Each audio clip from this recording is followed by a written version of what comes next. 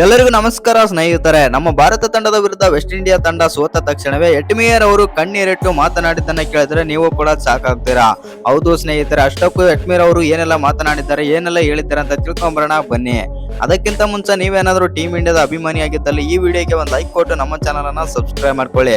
ಹಾಗೆ ನಮ್ಮ ಭಾರತ ತಂಡ ಬಂದ್ಬಿಟ್ಟು ಇದೀಗ ಸೆಮಿಫೈನಲ್ಗೆ ಆದ್ರೆ ಹೋಗಿದೆ. ಸೆಮಿಫೈನಲ್ ಅಲ್ಲಿ ಇಂಗ್ಲೆಂಡ್ ವಿರುದ್ಧ ನಮ್ಮ ಭಾರತ ತಂಡ ಗೆದ್ದರೆ ಎಸ್ ಅಂತ ಕಮೆಂಟ್ ಮಾಡಿ, ಸೋಲುತ್ತೆ ಅಂತ ನಿಮ್ಗೆ ಏನಾದ್ರು ಅನಿಸಿದ್ರೆ ನೋ ಅಂತ ಕಮೆಂಟ್ ಮಾಡಿ ಅಂತಾನೆ ಹೇಳ್ಬೋದು. ಇಲ್ಲಿ ಒಂದೇನಂತಂದ್ರೆ ನಮ್ಮ ಭಾರತ ತಂಡ ಬಂದ್ಬಿಟ್ಟು ವೆಸ್ಟ್ ಇಂಡೀಸ್ ನ ವಿರುದ್ಧ ಅಮೋಘ ಪ್ರದರ್ಶನ ಕೊಟ್ಟು ಸೆಮಿಫೈನಲ್ ಗೆ ಆದ್ರೆ ಎಂಟ್ರಿ ಆದ್ರೆ ಕೊಟ್ಟಿದೆ. ಹೌದು ಸ್ನೇಹಿತರೆ, ಈ ಪಂದ್ಯದ ಬಗ್ಗೆ ಮಾತಾಡ್ಬೇಕಂತಂದ್ರೆ ನಮ್ಮ ಭಾರತ ತಂಡವನ್ನು 1 ಹ್ಯಾಂಡ್ನಿಂದಾಗಿ ಗೆಲ್ಲಿಸಿದಂತಾಗಿದೆ ಅಂತ ಹೇಳ್ಬೋದು ಸಂಜು ಸ್ಯಾಮ್ಸನ್ ಅವರದ ಆಡಿದ ಆಟ. ಹೌದು ಸ್ನೇಹಿತರೆ, ಯಾಕಂತಂದ್ರೆ ಎಲ್ಲ ವಿಕೆಟ್ ಗಳು ಕೂಡ ಇವತ್ತು ಯಾರು ಕೂಡ ಹೇಳಿಕೊಳ್ಳಂತ ಬ್ಯಾಟಿಂಗೇ ಮಾಡಲಿಲ್ಲ. ಎಸ್ಪೆಷಲಿ ಹೇಳ್ಬೇಕಂತಂದ್ರೆ ಅಭಿಷೇಕ್ ಶರ್ಮಾ ಅವರು ಈ ರೀತಿ ಆಡ್ತಾ ಇರೋದು ಕಂಡು ಪ್ರತಿಯೊಬ್ಬ ಕ್ರಿಕೆಟ್ ಅಭಿಮಾನಿ ಆಗಿರ್ಲಿ, ನಮ್ಮ ಭಾರತದ ಅಭಿಮಾನಿ ಆಗಿರ್ಲಿ, ಎಲ್ಲರೂ ಕೂಡ ಇವರ ಮೇಲೆ ಆಕ್ರೋಶ ಕೂಡ ಹೊರಹಾಕ್ತಾ ಇದ್ದಾರೆ ಅಂತಾನೆ ಹೇಳ್ಬೋದು. ಹೌದು ಸ್ನೇಹಿತರೆ, ಯಾಕಂತಂದ್ರೆ ಅಭಿಷೇಕ್ ಶರ್ಮಾ ಅವರು ಈ ರೀತಿ ಆಡಲು ಏನು ಕಾರಣ, ಇವರನ್ನ ಯಾಕೆ ನೀವು ಓಪನಿಂಗ್ ಆಡಿಸ್ತಾ ಇದ್ದೀರಾ, ಅವರ ಬದಲಿಗೆ ಬೇರೆಯವರಿಗೆ ಚಾನ್ಸ್ ಕೊಡಿ ಅಂತ ಈಗ ಆಕ್ರೋಶ ಹೊರಹಾಕ್ತಾ ಇದ್ದಾರೆ ಅಭಿಷೇಕ್ ಶರ್ಮಾ ಮೇಲೆ.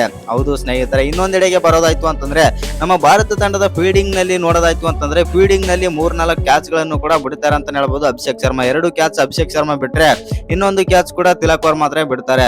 ಆ ಕಾರಣದಿಂದಾಗಿ ನಮ್ಮ ಭಾರತ ತಂಡ ಫೀಲ್ಡಿಂಗ್ ನಲ್ಲೂ ಕೂಡ ಲೂಸ್ ಆಗಿದೆ. ಎಸ್ಪೆಷಲಿ ಇನ್ನೊಂದು ಏನ್ ಹೇಳ್ಬೇಕಂತಂದ್ರೆ ವೆಸ್ಟ್ ಇಂಡೀಸ್ ತಂಡ 195 ರನ್ ಆಗಲು ಮೇನ್ ಕಾರಣ ಅಂತಂದ್ರೆ ನಮ್ಮ ಲೂಸ್ ಫೀಲ್ಡಿಂಗ್ ಅಂತಾನೆ ಹೇಳ್ಬಹುದು. ಮಿನಿಮಮ್ ಏನಿಲ್ಲ ಅಂತಂದ್ರು 10ರಿಂದ 15 ರನ್ ಅಥವಾ 20 ರನ್ ಆದ್ರೆ ಶಾರ್ಟೇಜ್ ಆದ್ರೆ ಆಗ್ತಿದ್ವು. ಒಂದು 20 ರನ್ ಬೌಂಡ್ರಿ ಮೂಲಕ ಮಿಸ್ಫೀಲ್ಡ್ ಮಾಡಿ ಆದ್ರೆ ಕೊಟ್ಟಿದ್ದಾರೆ. ಇದೆಲ್ಲ ಕಾರಣಗಳನ್ನು ನೋಡಿದ್ರೆ ನಮ್ಮ ಟೀಮ್ ಇಂಡಿಯಾ ಬಂದ್ಬಿಟ್ಟು ಸೆಮಿಫೈನಲ್ ಅಲ್ಲಿ ಇದೆಲ್ಲ ತಿದ್ದಿಕೊಂಡಾದ್ರೆ ಬರ್ಬೇಕಂತಾನೆ ಹೇಳ್ಬಹುದು. ಆ ಕಾರಣದಿಂದಾಗಿ ನಮ್ಮ ಟೀಮ್ ಇಂಡಿಯಾ ಬಂದ್ಬಿಟ್ಟು ಸ್ವಲ್ಪ ಲೂಸರ್ ಸೈಡ್ ಆದ್ರೆ ಕಾಣ್ತಾ ಇದೆ ಅಂತಾನೆ ಹೇಳ್ಬಹುದು. ಸೆಮಿಫೈನಲ್ ಪಂದ್ಯದಲ್ಲಿ ಇಂಗ್ಲೆಂಡ್ ಗೆ ಹೋಲಿಸಿಕೊಂಡ್ರೆ ಬ್ಯಾಟಿಂಗ್ ಬೌಲಿಂಗ್ ನಲ್ಲಿ ತುಂಬಾನೇ ಸ್ಟ್ರಾಂಗ್ ಆಗಿದೆ. ಆದ್ರೆ ಫೀಲ್ಡಿಂಗ್ ಹೋಲಿಸಿಕೊಂಡ್ರೆ ಇಂಗ್ಲೆಂಡ್ ವಿರುದ್ಧ ನಮ್ಮ ಭಾರತ ತಂಡ ಅಷ್ಟೇನು ಒಳ್ಳೆಯ ಪರ್ಫಾರ್ಮ್ ಮಾಡುವ ಸಾಧ್ಯತೆ ಇಲ್ಲ ಅಂತ ಅನ್ಸುತ್ತೆ ಅಂತಾನೆ ಹೇಳ್ಬಹುದು. ಆ ರೇಂಜ್ ಗೆ ಇವತ್ತಿನ ದಿನ ಫೀಲ್ಡಿಂಗ್ ಆದ್ರೆ ತೋರಿಸಿದ್ದಾರೆ ವೆಸ್ಟ್ ಇಂಡೀಸ್ ವಿರುದ್ಧ ನಮ್ಮ ಭಾರತದ ಫೀಲ್ಡರ್ಸ್. ಆ ಕಾರಣದಿಂದಾಗಿ ಸ್ವಲ್ಪ ಎಲ್ಲವನ್ನು ತಿದ್ದಿಕೊಂಡು ಸೆಮಿಫೈನಲ್ ಆದ್ರೆ ಎಂಟ್ರಿ ಕೊಡಬೇಕು. ಇನ್ನು ಇದರ ಮ್ಯಾಚ್ ಬಗ್ಗೆನೂ ಕೂಡ ಮಾತಾಡೋದಾಯ್ತು ಅಂತಂದ್ರೆ ಮ್ಯಾಚ್ ನಲ್ಲಿ ವೆಸ್ಟ್ ಇಂಡೀಸ್ ತಂಡ ಟಾಸ್ ಸೋತು ಮೊದಲು ಬ್ಯಾಟಿಂಗ್ ಆದ್ರೆ ಮಾಡುತ್ತೆ ಅಂತಾನೆ ಹೇಳ್ಬಹುದು. ಮೊದಲು ಬ್ಯಾಟಿಂಗ್ ಮಾಡಿದಂತ ವೆಸ್ಟ್ ಇಂಡೀಸ್ ತಂಡ 195 ರನ್ ಆದ್ರೆ ಹೊಡಿತಾರೆ. ಇದರಲ್ಲಿ ಬಂದ್ಬಿಟ್ಟು ಎಟ್ಮೇರ್ ಅವರು 225 ಸ್ಟ್ರೈಕ್ ರೇಟ್ ನಲ್ಲಿ ಬ್ಯಾಟಿಂಗ್ ಆದ್ರೆ ಮಾಡ್ತಾ ಇರ್ತಾರೆ ವೆಸ್ಟ್ ಇಂಡೀಸ್ ಪರ. 12 ಬಾಲ್ ಗಳಲ್ಲಿ 27 ರನ್ ಆದ್ರೆ ಹೊಡೆದಿರ್ತಾರೆ ಮತ್ತು 2 6 1 4 ಆದ್ರೆ ಹೊಡಿತಾರೆ. ಆವಾಗ ಬೂಮ್ರಾ ಅವರ ಬೌಲಿಂಗ್ ನಲ್ಲಿ ಎಟ್ಮೇರ್ ಅವರು ಆದ್ರೆ ಔಟ್ ಆಗ್ತಾರೆ. ಇನ್ನು ಎಟ್ಮೇರ್ ಅವರು ಔಟ್ ಆಗ್ತಾ ಇದ್ದಂತೆ ಡರೆನ್ ಸಮ್ಮಿ ಅವರು ಕೂಡ ಸ್ವಲ್ಪ ಕೋಪಗೊಳ್ತಾರೆ ಅಂತಾನೆ ಹೇಳ್ಬಹುದು. ಯಾಕಂತಂದ್ರೆ ಅದು ಬ್ಯಾಟಿಗೆ ಟಚ್ ಆಗಿಲ್ಲ, ನೀವು ಹೇಗೆ ಔಟ್ ಕೊಟ್ಟಿದ್ದೀರಾ ಅಂತ ಸ್ವಲ್ಪ ಗರಂ ಕೂಡ ಆಗ್ತಾರೆ ಅಂತಾನೆ ಹೇಳ್ಬಹುದು. ಇದ್ರ ಬಗ್ಗೆನೂ ಕೂಡ ಎಟ್ಮೇರ್ ಅವರು ಆದ್ರೆ ಮಾತಾಡಿದ್ದಾರೆ.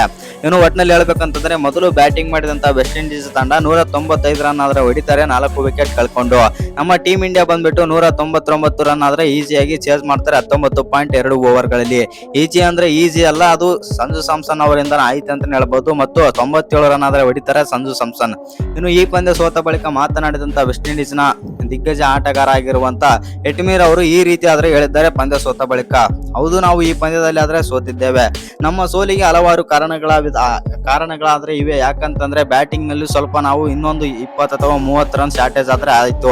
ಇನ್ನು ಬೌಲಿಂಗ್ ನಲ್ಲೂ ಕೂಡ ತುಂಬಾನೇ ಇನ್ಎಕ್ಸ್ಪೀರಿಯನ್ಸ್ ಬೌಲಿಂಗ್ ಇತ್ತು. ಆ ಕಾರಣದಿಂದಾಗಿ ನಾವು ಈ ಪಂದ್ಯವನ್ನು ಸೋಲಲು ಸುಲಭವಾಯಿತು.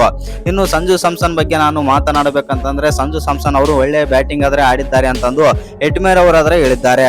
ಇನ್ನು ಈ ವಿಡಿಯೋ ಇಷ್ಟ ಆಗಿದ್ರೆ ಒಂದು ಲೈಕ್ ಮಾಡಿ, ಶೇರ್ ಮಾಡಿ. ಹಾಗೆ ಇನ್ನು ಯಾರು ಚಾನಲ್ಗೆ ಸಬ್ಸ್ಕ್ರೈಬ್ ಮಾಡ್ಕೊಂಡಿಲ್ಲ ಸಬ್ಸ್ಕ್ರೈಬ್ ಮಾಡ್ಕೊಂಡು ಬೆಲ್ ಐಕನ್ ಅನ್ನ ಆಲ್ ಇಟ್ಕೊಳ್ಳಿ. ಹಾಗೆ ಮರಿದೆ ವಿಡಿಯೋ ಒಂದು ಲೈಕ್ ಕೊಡೋದನ್ನ ಕೂಡ ಮರಿಬೇಡಿ.